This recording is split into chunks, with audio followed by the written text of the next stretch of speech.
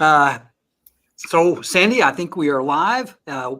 This is kind of an exciting thing. 2024, we're getting ready to go on this venture of trying to give people more information about buying houses. We're going to talk about all kinds of things, whether it be uh, investment properties. We're going to talk about credit. We're going to talk about getting out of debt. So all those things, I'm thrilled that you have joined me to do this. And say hello to the people out there and we'll just get started. We won't waste anybody's time. Actually, though, I think what we'll do is we'll wait 1 minute for any of those that get in late to give them a little bit of leeway. So have at it. Oh, me? You're up. Oh, well, it is 2024. It's a brand new year. Let's make some goals, set some goals to get a new house, move up the ladder in the housing market. There's lots out there. Let's see what we can do for you. Well, the whole premise of this is to be helpful and to give you some information that you may or may not have heard. There's a lot of false information that's out there on the internet. And I have to say this before I go any further. I've got a cough that I've had trouble shaking. I will try to not cough as many times as I can. And I may even just turn myself off as far as the microphone. But I'm thrilled to have my lovely wife with me to do this. I do plan to do this, and we plan to do this consistently week after week. It won't always be first-time home buyers. It'll be other parts to it, other parts of mortgage, other parts of financing properties and what's going on in the Airbnb, Verbo arena. We'll talk about that since we're messing with that. So anyway, without any more babbling on, let's put this thing in here. Let's see. And I don't want to remove it. I probably will do that. Add the stage. That's what I wanted to do. There we go. Yeah. All right. So home buying 2024. What you need to know about buying in 2024. And I'm going to make this a little bigger for me. So there we are in our glory. And what I've done, let me back up here quick. Go back here. Yeah, glory in younger days for sure. What are you talking about? Me. Oh, I was going to say, that's my recent picture, not. All right, I got that banner there. So if anybody wants to get in touch with us, we've got a banner going by at the bottom, and hopefully you'll be able to see that. And then we'll also remind you. But here's what we're going to cover. What we are going to cover is why this is a great time to buy right now. Home price increases have slowed. And Sandy, I need you to kind of give me your confirmation of this. Homes are staying on the market longer. Sellers are now more willing to negotiate. Buying still beats renting. We're going to talk about that. Long-term trend favors home price growth. So appreciation is going to continue. And then getting a fixed mortgage rate is one of the ways you can combat inflation. Well, yeah, home prices are staying stable. They're not necessarily going down. If they're going down, maybe the house has been overpriced from the beginning. But yeah, there's not a lot of on the market right now. The builders are behind also in building new product. So it's definitely going to be a supply and demand situation coming into 2024. So I think that there's a couple interesting things about that too, is that I see this as a window of opportunity because we're kind of in a transition when rates have started to come down. Mm-hmm. And as rates will come down, more people that are actually, we call it loan locked, they're locked into their house because they've got a 2 or 3% interest rate. As rates come down, that may give them the confidence to list their home. Right. The other thing is I believe, and I don't have anything to prove this, but I think there's pent up demand for a lot of people that were waiting for rates to come down, and those people are going to come back into the market. And it's just a matter of when that happens, where, I think because interest rates were the main thing that stopped people from buying, when they come down, I think that's going to open up the floodgates again. So we'll see what happens, but I think there's a limited time, and I think the time to move is sooner than later. I agree. There is going to be a pent up demand. I really feel, and what I've been listening to also, that we could be in that bidding war situation again because of this pent up demand and low inventory. Yeah, and that's not fun. I mean, it's not good really for anybody except maybe a seller. So now, real quick, just a deal. This is part one. What I'm going to do is I'm going to kind of share some stuff that shows you why it might be a good time to buy now. The next thing is we're going to talk about some of the stuff that you do in first-time home buyer things. Is what do you need to do now? And those are, you got to get your finances in order. You got to know what your credit looks like. You got to start saving for your down payment. You got to decide what you want in a home. You got to find out how much you'll qualify for. And bottom line is you got to get pre-approved. Now, Sandy, when you're talking to somebody brand new that's come to you, maybe they haven't been pre-qualified, what's the first thing you tell them? Get pre-qualified. With any house we look at and we put an offer in, no seller is going to look at your offer unless they see that you're pre-qualified to buy the house. Well, and you don't even know where to start, right? Well, and you don't want to look at houses that are way over your budget that you're not going to be able to afford. And then you also don't look at some that it's way below your budget that you could have gotten more house by getting pre-qualified. Yeah.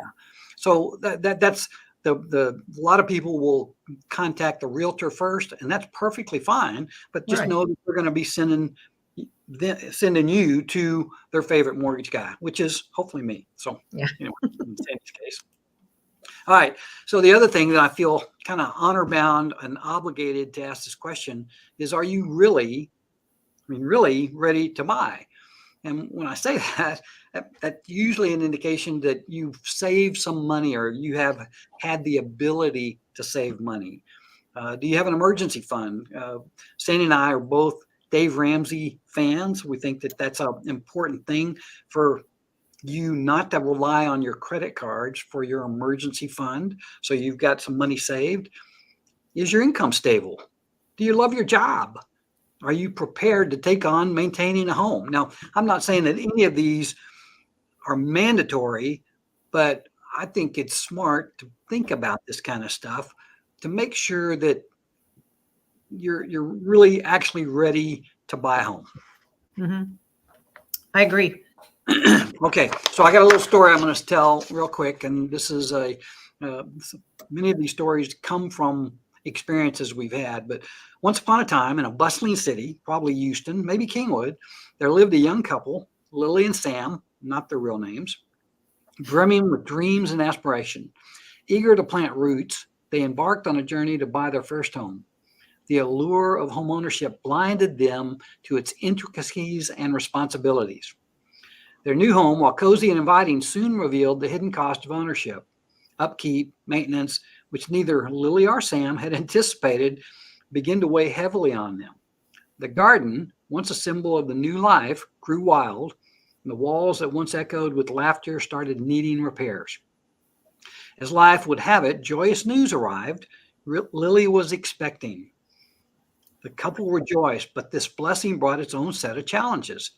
Lily took maternity leave, and with only Sam's income, they had recently increased, but not enough. The financial strain grew tighter.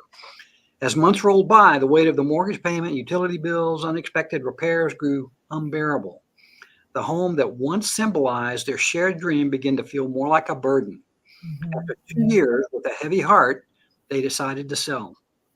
The sell, bittersweet as it was, barely covered their closing expenses.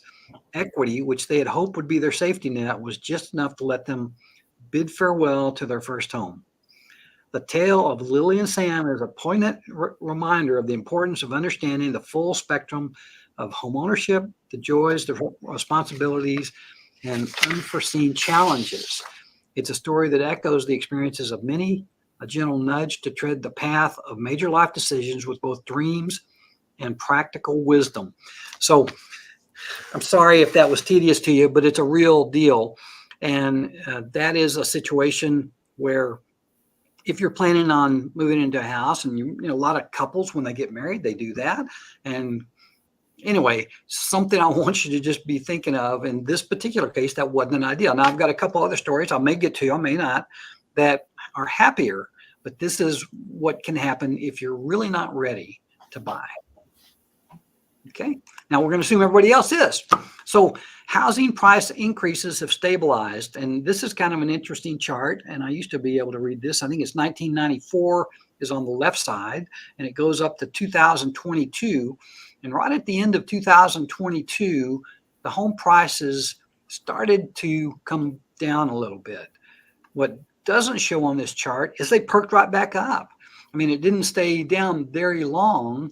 And by the beginning of 2023, home prices actually grew over the course of 2023. So when I tell people that home prices are increasing, that's great news and it's terrible news.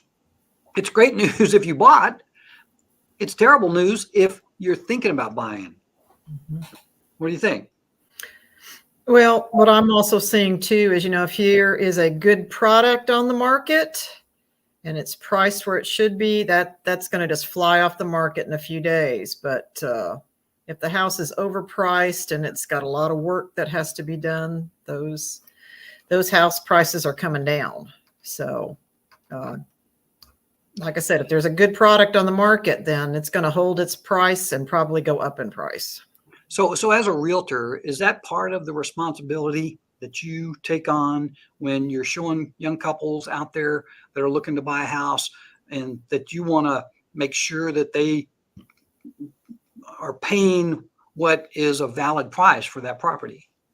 Yeah, that is. And, you know, just looking at the condition of it, you know, again, the major rooms of the primary bathroom, your kitchen, all of those higher dollar rooms in the house, you know, are going to bring the money in for a better price of house. But if we go and see some houses that this stuff has not been done and the price is high, then yeah, I'll give some guidance on that for sure. Good. Yeah, that's what I think most people would appreciate, that you would share your experience with them. So there's another thing that's going on out there, that there's going to be a housing crash, and that the economy is going to just blow up, and the, you know, disaster is ahead of us. So there was a housing bubble in 2006, between 2006 and 2011.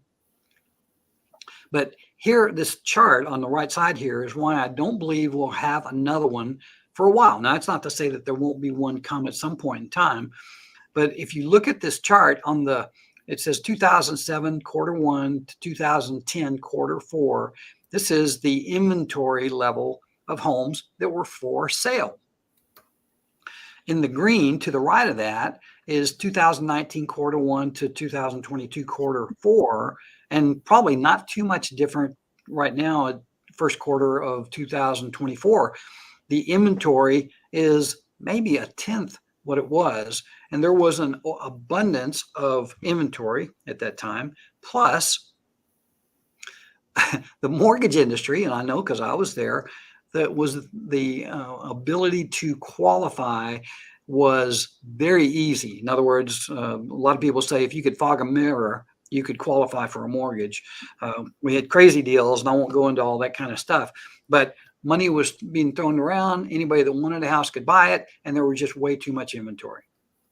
Well, and yeah, people were buying houses that shouldn't have been buying houses, and it was like, you get a house, you get a house, you get a house. Everybody gets a house, yeah. And whether they could pay for it, right? Whether they could pay for it or not. Yeah, I could tell stories of that, but in respecting your time, we'll go on from that. If you ever want to tell you some, but that's why I agree with you. This is not the same situation here now. It is not. It is absolutely right. All right, this one, excuse me, there are not enough houses. Most people are moving to Texas. Well, more people are moving to Texas than any other state. I'll show you about that. They like our robust economy. They like our conservative politics. They like our weather. They like our low cost of living. And we've got the word out that we have air conditioning. It does get hot here in the summertime. But this is another chart from 83 to 2022. And this is that 2006 to 2010 period when inventory was high. It's just not there now. Right. It's not. So we're definitely if most of the information that I put on here is national information, it's going to be amplified for Texas because we're getting more people to move to Texas than, well, Texas and Florida than just about any other state in the United States. Right. All right. Well, this is one of my favorite charts. Not a pretty chart, but what I want to show you is it starts up here in the left corner at 1942, goes all the way to 68, goes from 69 to 95, and it goes from 96 to 22. Now, this should challenge anybody if they worried about housing bubbles and the price of homes going up or down. These are national statistics put out by Case-Shiller. And you look, these are the appreciation that nationally homes went through over the course of the last, what would this be? 40, that's 60, that's almost 80 years. And it turns out that there's like 70 years there was positive appreciation. I think there were like 7 years where there was negative. 1, 2, 3, 4, 5, 6, 7. Yeah. And then I think there was one that there was 0. So if you were going to bet on real estate continuing to appreciate, this would be a pretty good deal. And this is prices up in the 20s and 21 doesn't mean it crashes ahead. If you look at it, 2021, 10%, 19%, 22, 6%, 23 is going to come in somewhere between 5 and 6% also. And you'll see on a couple other slides, we've got projected appreciation again. So to me, this is pretty compelling evidence that real estate will continue to grow. And Sandy, I got to ask you a question. When we bought our first house, 1978, on Chevy Chase, do you remember what we paid for that house? I think we paid what, 35,000? Right. 38,000? It was 37,000. And I got somebody alerted me that house was for sale just this last year. And did you remember me showing you what the house was for sale for? I think it was for like 400,000, 500,000. It was. So this $37,000 house that Sandy and I bought, was our first house in 1978. I think that was right. No, we wasn't 78. It doesn't matter. It was close there. It was around there. Anyway, it's been a while, but that home, same home, 1,400 square foot home, it was a 2-bedroom, 1 bath, 2 living areas. Anyway, it was up to $400,000, and that's an example. Now, don't get me wrong, not every house is going to be like that. Right. There are some houses that are stinkers, and that's why you need a professional real estate person. You need an inspector. You need all that kind of stuff to make sure you don't make any mistakes. But if you make a conscious thought to buy a home that will appreciate, you can get that kind of appreciation. And I'm still sick that we didn't keep that house. I don't know why we didn't, but we couldn't afford. We use it as our. And that's what a lot of people do. We use it as our stepping stone. We built up equity in it, and then it was time to move on to something bigger. Sell it. We made some money off of it. Move up to the next higher one. So that's right. We did. We sold it 6 years after that for double what we paid for. Mm-hmm. Yeah.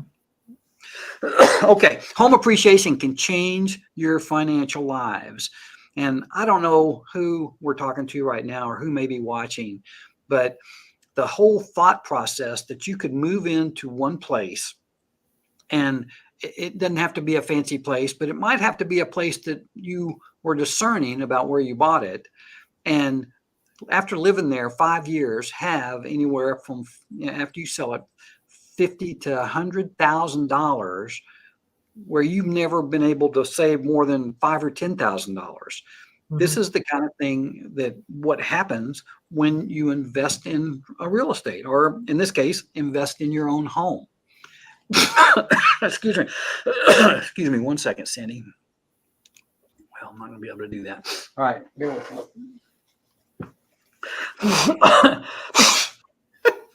Well, this is Reelsville, so I'm just all right. So this is 2022, 2023, 2024, 25. These are projected increases for a property that was bought in 2022 for 360. Mhm. Over here, this is projected for 2024. And again, this is Case Shiller, FHFA, CoreLogic, Black Knight, and Zillow. These are what they anticipate the increase in appreciation is going to be for the next year.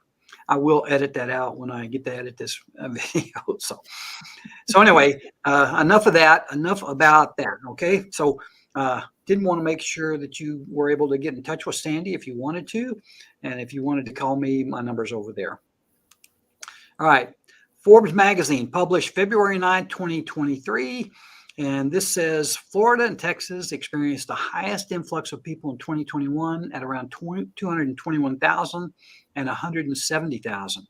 Respectively, while Arizona, North Carolina, South Carolina together saw about the same number, but all together. Right.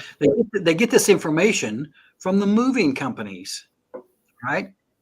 Pretty solid information. And I think it's one of the thing that really puts an exclamation point into what we're saying.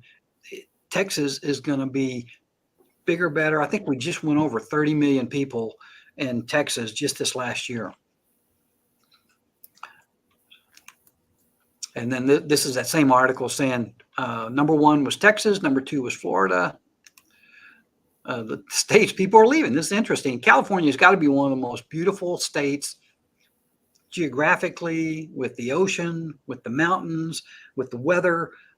But it's I mean, it tells here rising housing costs, rising taxes, politics seem to be driving people else. It's the taxation. It's the overregulation. It is one of the most beautiful states around. So, but come to Texas. We're friendly. We're friendly, and we've got air conditioning. All right. So why did sales slow in 2023? Well, interest rates doubled in 12 months. They went crazy. Yep. And what happened is all that people that were out there buying homes like crazy, all of a sudden they found that they couldn't buy the same home with because the interest rate, the cost of the mortgage was too high. Exactly. Moved a lot of buyers. Those that did qualified for less.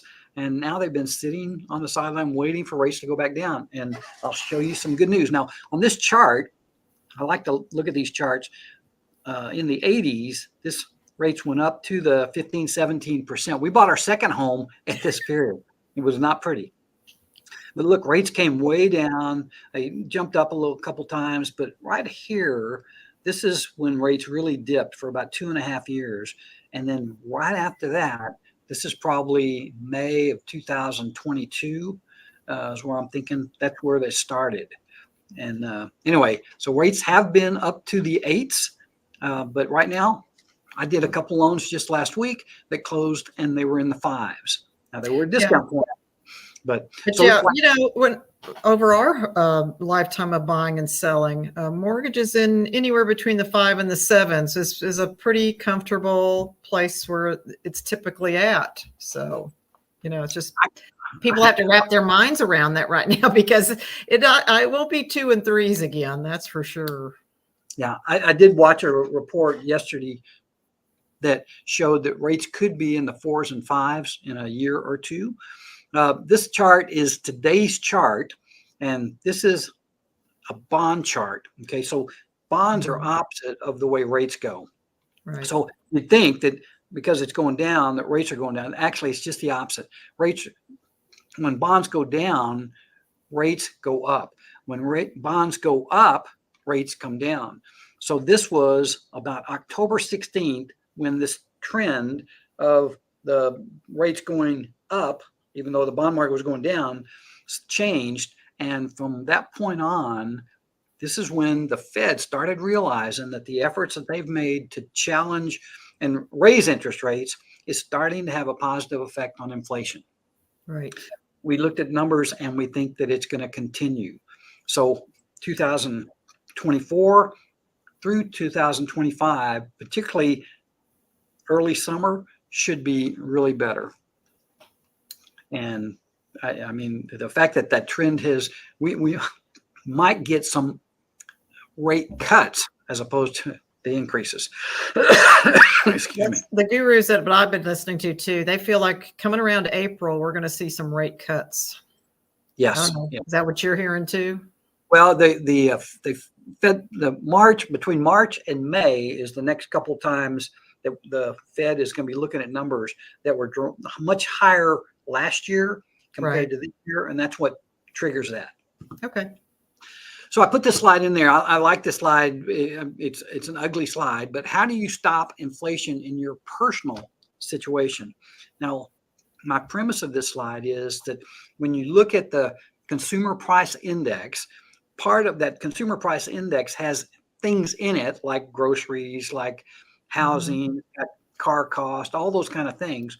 And the car or the housing is about 44% of what's in that index. Okay, so they're looking at that to weigh if it's going up or down. Here's a way you can stop your personal inflation based on your housing. First, eliminate the increase in your biggest expense, which in most of us, it's your home. Buy a home, get a fixed rate mortgage. The housing cost increases have just slowed down to a snail's pace because rent, if you're renting and if you've rented in the same place for any length of time, you know that rent is going to go up. It averages anywhere from 2 to 5%, some places more. Right. The only way your home payment goes up with real estate is when you have real estate taxes and homeowners insurance. And Sandi and I have very good guidance on how to keep that from going up. So, start with yourself. I mean, I haven't seen it dramatically. I go to the grocery store. It still seems like I used to get a bag for $10 and then it was a bag for $20. Now it's like $40. So anyway, yeah, got to put the hold on it somewhere.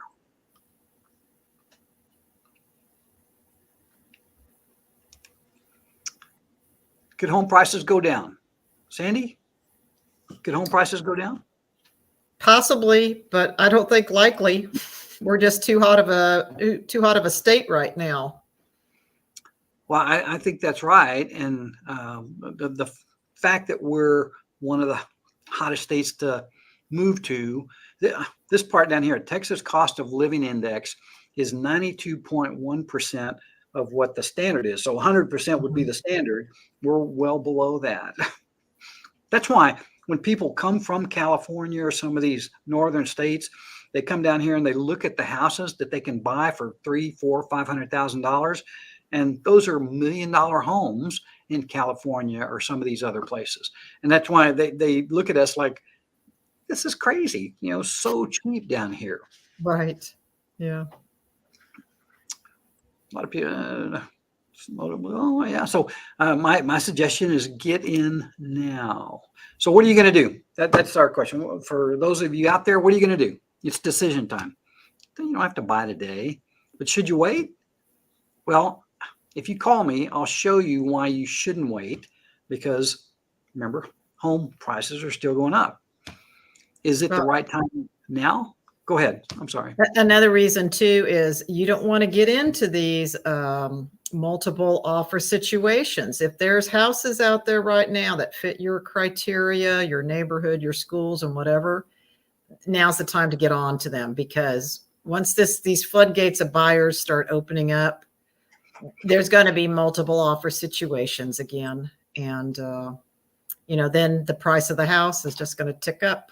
So, yeah, nothing worse than getting out there and making offer after offer and not getting accepted. I think this is interesting.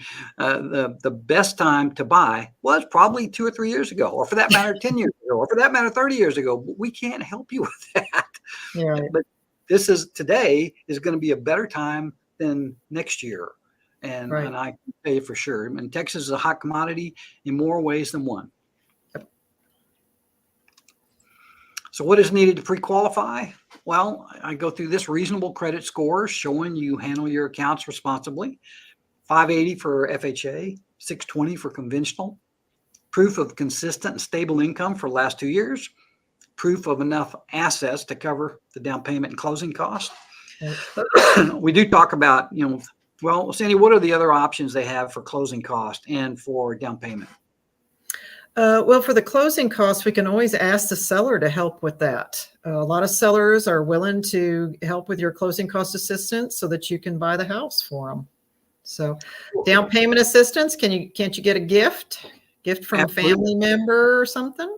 I'd say that 50% of the deals that I've worked on over the course of the last couple of years has had something to do with either a gift from family or maybe even taking some money out of a 401k account.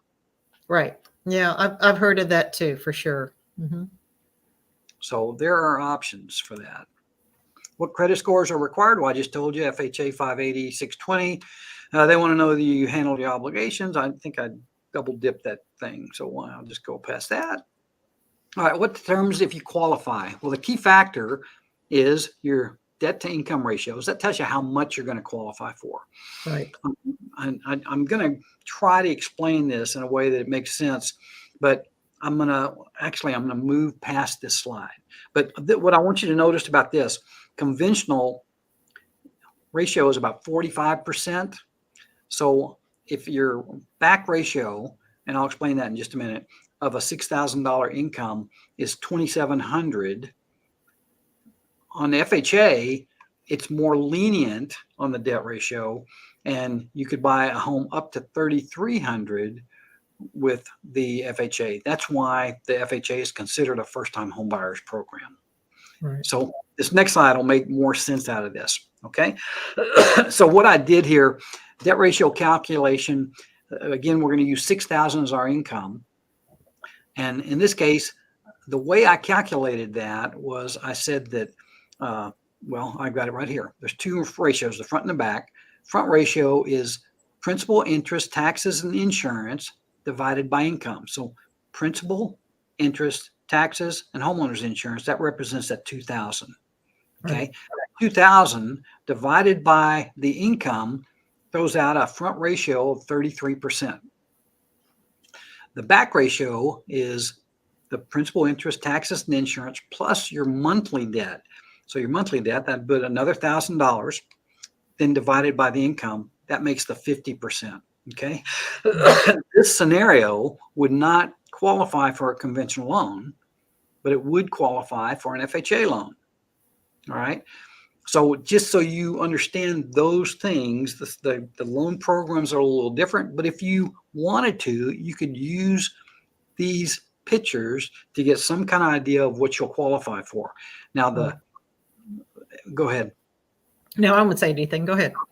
The FHA allows up to right at 55% on the back ratio and anything under 47% on the front. On the conventional, 45% is generally the standard for the back ratio, and they don't worry too much about the front ratio on a conventional deal. But obviously, if you wanted to get specifics, contact me. I'm glad to help you with that. I do a little thing called a detailed mortgage estimate. Glad to help. Okay, hopefully that's helped. Okay, here's a little qualifying income information. Verifiable W-2s or 1099s or tax returns, we need to verify your income. We want a 2-year job history. Now, I had somebody call me today and they said, Mike, I just got out of college a year ago. Well, that's okay, because we can use if you went to college for 2 or 4 years, they consider that working towards what you're going to be working in. And not a lot of people know that. And this particular gal was a nurse, and she was going to be able to qualify based on the fact that she was been in college for the last 4 years. They don't want big gaps in employment. When I say big gaps, I'm talking about 6 months or more. And if you have had a 6-month gap, they want you to be back working at least 6 months. Overtime income is considered, but generally not for unless you've been on the job for 2 years. Commissions considered. The rule is after 2 years. There's some circumstances where they would use commissions after a year. Okay. Those guys look like commission salesmen, don't they? They do. Okay, assets, cash for down payment. Now, I will share with you that the biggest thing that most first-time home buyers have trouble with is saving enough money for the down payment. This is usually the part that really gets them. And just like we talked a minute ago, there are ways to get a help from that. There are some programs that are as low as zero down. The VA is one, USDA for another. There are some down payment assistance programs, and I don't talk about them very often because I really don't like them very much, but they're out there. And if somebody fits other criteria, I will help them with those. I just don't love them. And that's another story I can tell you at a different time. 3.5% or 3% for conventional is a program they have. Very good program. 3.5% for FHA. Closing cost estimates between 2 and 3% of the sales price. And you can encourage or ask the seller to provide those closing costs. Right. Gifts to family are common. 401k, hardship funds for buying a home are common also. And I've had a lot of people sell stuff. They might have junk that they just sell. When you do that, though, don't do it without talking to me because there's specific things we want to do. Negotiating favorable terms. This is for you, Sandy. How can you get the most favorable terms when you're in a negotiation? So yeah, you can ask them for closing cost assistance. And then sometimes the seller goes, well, that's just taking it off my bottom line. I said, well, we can increase maybe the price of the house to help cover that, which doesn't make your mortgage payment go up very, very much at all. You can ask them to pay for for any of the title insurance. You can ask them for a home warranty. If you have to buy a survey, you can ask them to help you with that.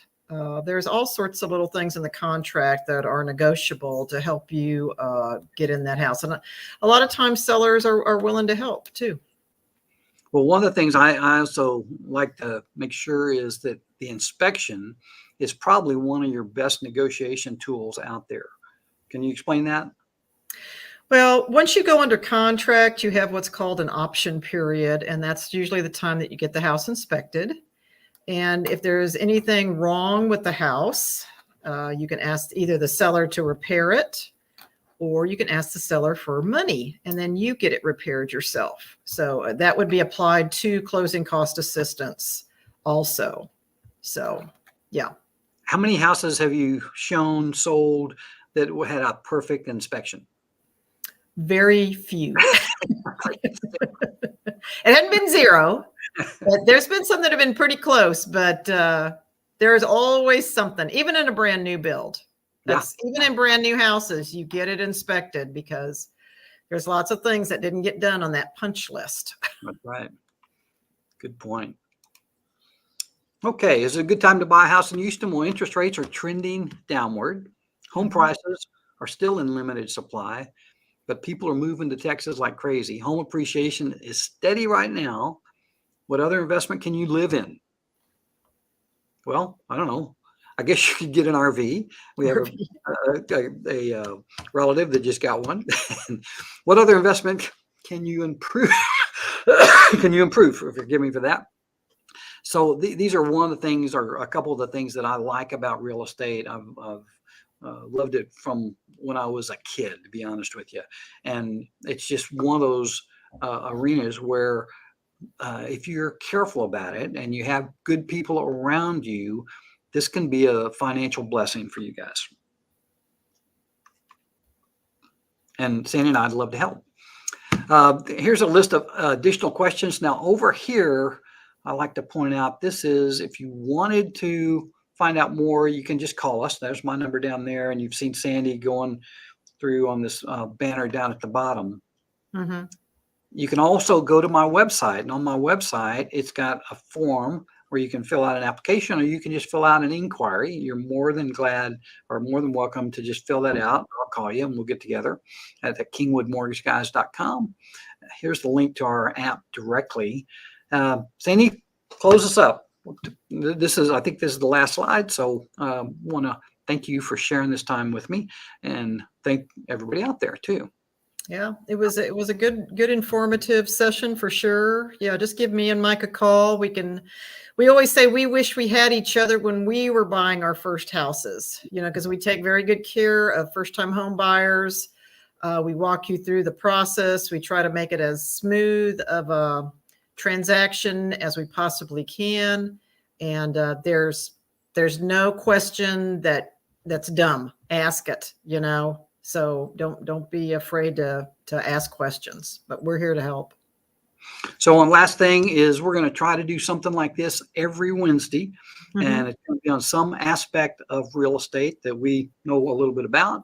And so I'd invite you back. If you were here and you thought the information was good, I'd love for you to subscribe on either YouTube or Facebook, or make comments or anything that might encourage somebody else to watch us. And again, at that, I'm going to close it up. Sandi, again, thank you for being here. Thanks, Mike. And I will talk to you guys later. And the stream is going to end right now. Bye.